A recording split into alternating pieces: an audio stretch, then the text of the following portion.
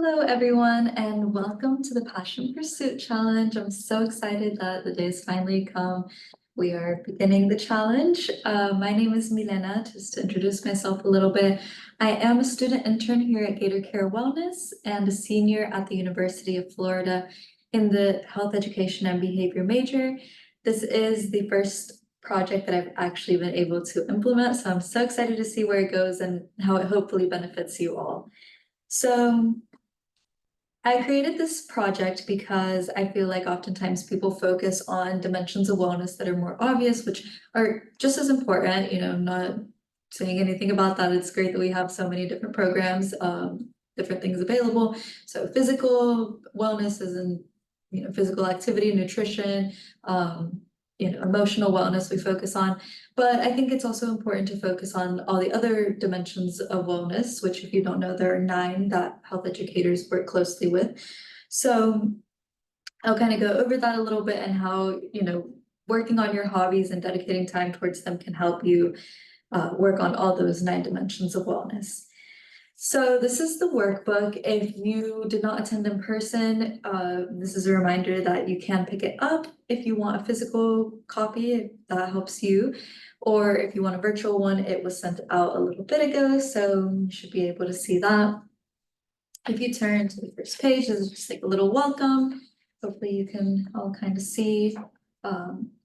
Here we have our 9 dimensions of wellness, which I'm going to talk about now. And then here we have our SMART goals, which I'll talk about in just a second.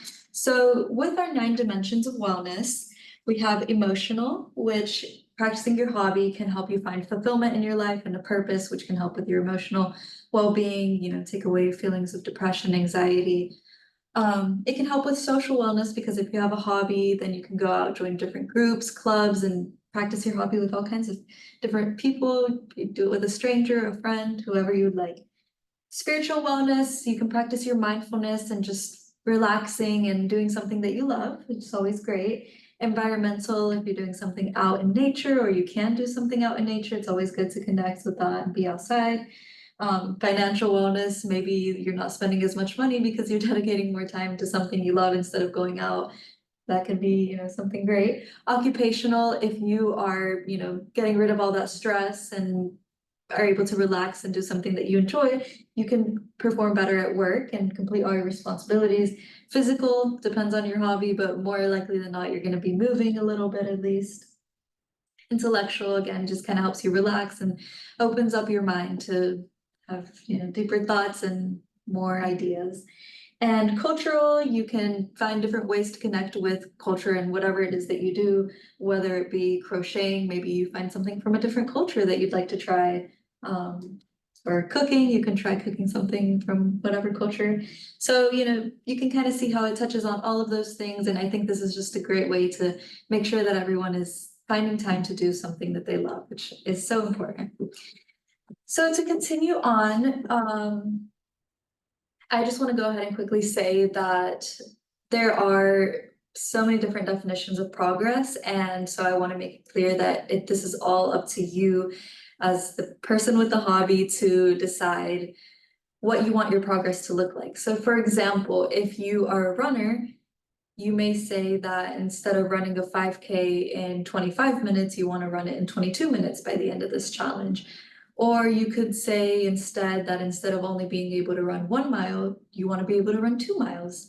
And so whatever it is that you're doing, just know that you completely choose what progress means to you. Continuing on in our workbook, we have our SMART goals. So these are specific, measurable, attainable, relevant, and time-bound goals.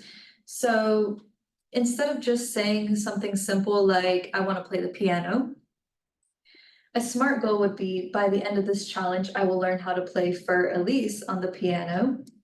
And this is specific because it's saying by the end of this challenge, it's saying a specific song. It's measurable because you can see if you've learned to play the song by the end of the challenge.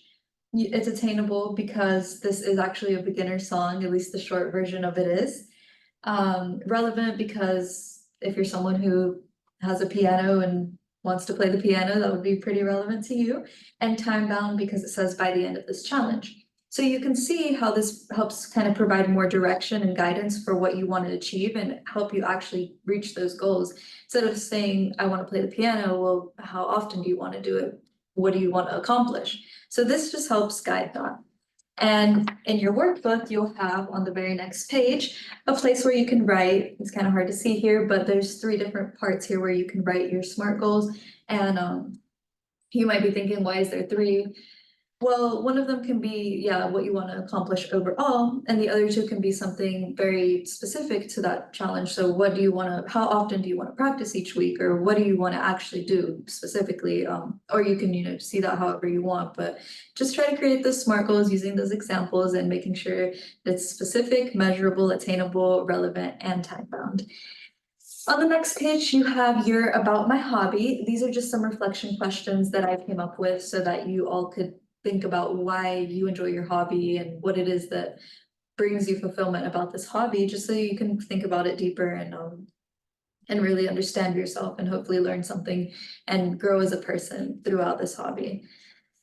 Then we have on the next page our progress report and our journal entry. So I created one of these for each week. So you'll see here there are 4 different ones.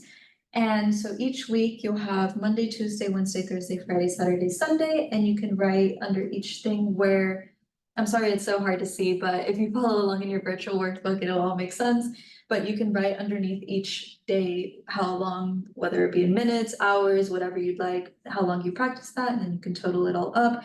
And then I also have some reflection questions down here, just further things for you to think about and see if you need to make any changes and see how you can do better next week if that's necessary. And I do want to say, I want to make it clear that none of this is to be turned in. I don't need these back at the end of the challenge. This is solely for you to just guide yourself, reflect on yourself, and see how this is helping you. So it's not mandatory at all, but I highly encourage you to all feel inspired to do this and try to, find something deeper in your hobby and what it brings to you. So with that being said, you have your journal entry here, just a bunch of white space where you can write as much or as little as you want. And if you don't want to write, you can even just take 5-10 minutes a day and think about how you feel, think about how you've changed, and anything else that you might consider. And with these journal entries, I think that it's a great idea to reference this Windows to Wellness, which is why I provided it here, just for you to always have on hand. And whatever your hobby may be, I would like you all to consider how it's benefiting your wellness in all of these aspects or any of these aspects. And if you have a hobby that's more physical, such as running or dance or whatever it may be, I want you to consider more so, that emotional aspect, which I kind of mentioned in the journal entry in the little description, because I feel like sometimes we overlook how we're feeling on the inside and how, it's impacting other aspects of our life. If it's something physical, we might only think about, oh, I feel healthy, oh, I feel sore, something like that. So definitely consider those 9 dimensions. I think it's going to be very beneficial to you all, or at least I hope so. And then after those, I have 5 of these. So even though there's only 4 weeks, I've provided 5 in case you want to do an extra week, or if you just want something to create your own, just have a reference there, just more writing space also for anything that you may want to use it for. Again, this is completely your own workbook. Do whatever you'd like with it. And then here at the end of the workbook, I have a save the date and a little description of our celebration, which I'm sure you guys all kind of know a little bit about by this point. It was in all like the registrations and the flyers, so maybe you've heard a little bit about it. So just to touch on that, it will be March 27th at 12 p.m., which is a Wednesday. There's going to be an RSVP email sent out because we are catering food for you all. So I hope that we'll have great attendance for that. And I'm very excited to hear all about your hobbies. So each participant is going to have 1 to 2 minutes to share their name, hobby, and their progress along with what they learned throughout this challenge. So to incentivize kind of that self-reflection aspect of this challenge, we have decided that we're going to choose a bonus winner based on whose what I learned is most impactful. this is just decided by some Gator Care team judges that are to be decided. But we are just gonna kind of listen to you all and see who we feel took the most away from this challenge. Although I'm sure all of you are gonna take great things away from it. So just a fun little way to incentivize that. And you're gonna get a self-care basket valued at $50. So very exciting.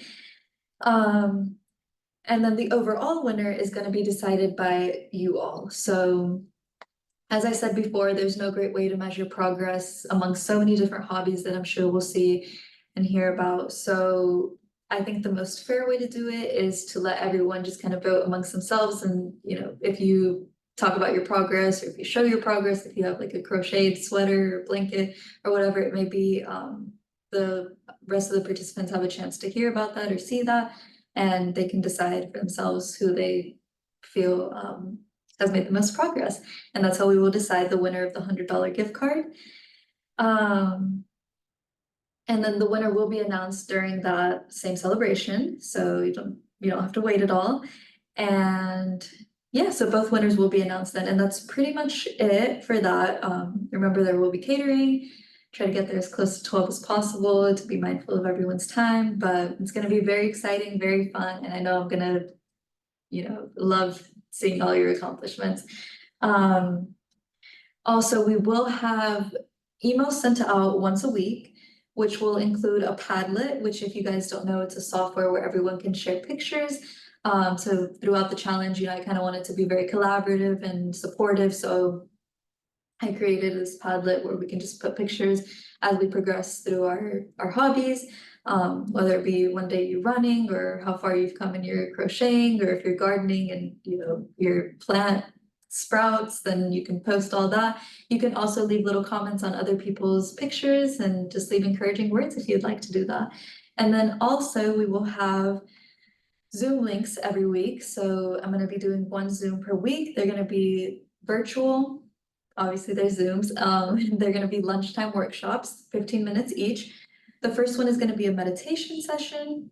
The second one is going to be stress and time management workshop. The next one is overcoming obstacles workshop, and then a science of happiness workshop. And these are just going to be little presentations that I created that I'm going to talk about all these different things and how you can work on them, because I think that's a very important aspect of self-care as well.